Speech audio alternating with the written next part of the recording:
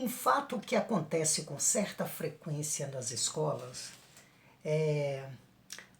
são as crianças pegarem coisas que não foram dadas pelos pais.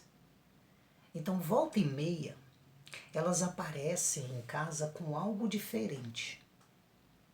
Quando a gente pergunta, elas falam que pegou emprestado do amigo. O contrário também ocorre quando elas chegam em casa com o material desfalcado, ou seja, faltando alguma coisa que nós compramos para ela. Seja lá como for, né? Elas não sabem explicar. Né? Às vezes está com um amigo que também esqueceu de dizer que emprestou, né, do amigo. Né? Tudo isso já é o suficiente para deixar os pais muito preocupados. Né? Então vem aquela questão: será que meu filho roubou esse material e não falou nada para ninguém? Agora vamos só acertar os ponteiros.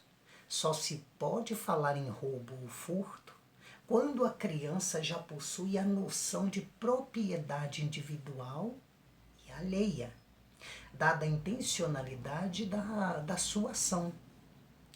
Né? O psicanalista, né, Winnicott, nos assegura que a criança que rouba algo, né, não deseja o objeto roubado, e sim a mãe sobre a qual ele pensa ter direito. Vou repetir. O que o Winnicott nos fala? A criança que rouba algo não deseja o objeto roubado, e sim a mãe sobre a qual ele pensa ter direito.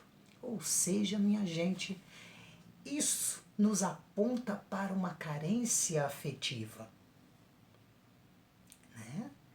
Até os 4, né, ou 5 anos, a criança ainda não tem a noção clara de bem e mal.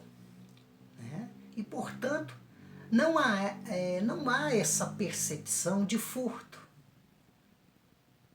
Então, nessa fase, a criança pode pegar o que não é seu porque se sentiu atraída pelo objeto e quer tê-lo para si, simplesmente isso.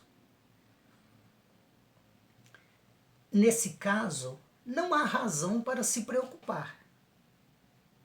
Mas os pais não devem ser indiferentes ao fato, tampouco agir por impulso diante da situação.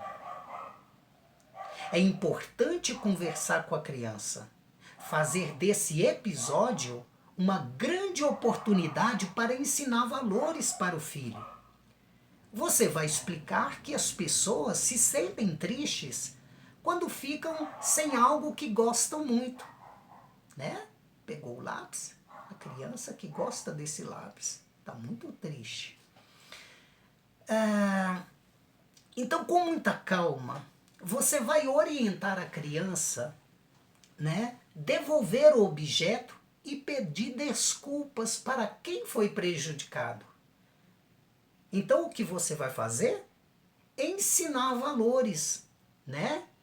Ensinar para a criança o que é empatia. Essa é uma situação que, a priori, preocupa os professores e requer, por isso, muito cuidado e intervenção precisa. Alguns aspectos devem ser levados em consideração. Por exemplo, por que rouba? Quando rouba? O que rouba? A quem rouba? O que faz com o produto que rouba?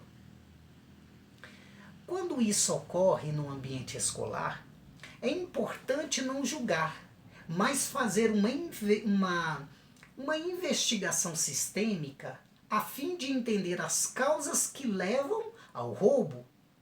Normalmente, as causas estão associadas à carência afetiva. Então, nesse caso, o roubo é utilizado como um mecanismo de defesa, né, que a criança utiliza para colocar alguma coisa no lugar da outra, do vazio que essa criança sente. Acompanha comigo algumas situações que potencializam as dificuldades, né, de adaptação escolar ligada ao furto. As crianças rejeitadas pelos pais, crianças que presenciam cenas de violência dentro de casa, pobreza extrema, ambiente familiar negativo. Tudo isso, minha gente, precisa passar por uma observação pedagógica rigorosa tão logo a criança chegar na escola.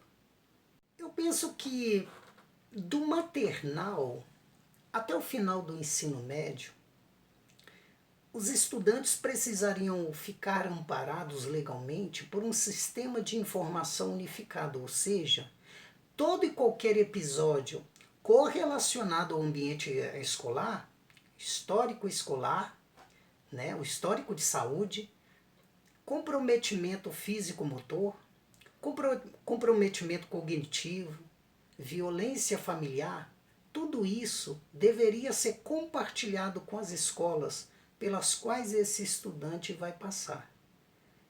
É o que ocorre com o Sistema Único de Saúde, o SUS. Então, em qualquer núcleo que você procurar ajuda, estará lá todas as informações a respeito da sua saúde. As vacinas que você tomou e aquelas que ainda estão por ser tomadas. Então, pensando na escola, muitos episódios poderiam ser evitados, né? E outros corrigidos, tendo em vista o bem-estar dos estudantes.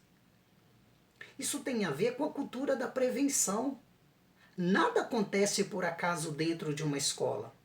O fenômeno da violência, da desobediência, por exemplo, nos aponta para uma direção. Então, dito isso, não podemos minimizar o problema do roubo quando ele ocorrer. No entanto, seria prudente uma investigação cautelosa. Sendo criança e ou adolescente, né, é importante correlacionar a idade cronológica, mental e lúdica para uma boa orientação psicopedagógica em benefício desse indivíduo, dessa criança, que se olhe para o contexto, a família, as narrativas dessa família. A criança que não brinca, minha gente, possivelmente apresenta distúrbios de personalidade. E a carência lúdica deve, portanto, ser destacada no processo educativo. Então preste atenção, lá atrás, quando a gente chega para a gente uma criança, essa criança está muito agitada, a outra está muito quieta. No caso dessa, criança que não brinca também está nos mandando uma informação, né?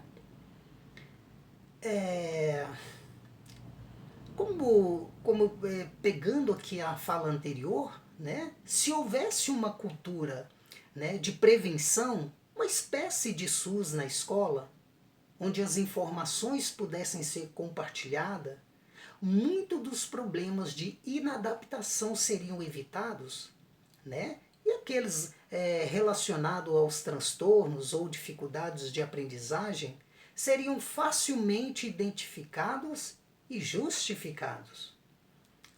Por fim, né, enquanto isso não acontece, os serviços de orientação e de psicologia escolar devem ajudar tanto estudantes como professores a melhor resolverem os problemas de inadaptação escolar, como é o caso aqui que nós falamos, né, da criança pegar objetos que não é seu, né, e levar para casa. Agora, para finalizar a conversa, né,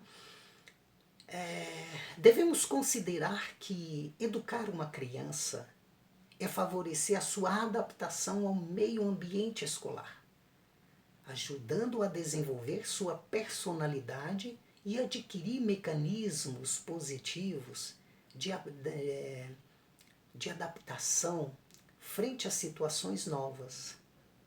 Quanto aos educadores, eles devem intensificar esse dinamismo vital da criança, favorecendo o seu progressivo amadurecimento emocional e a sua integração ao grupo escolar.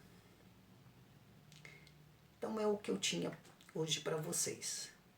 Um grande beijo para todos.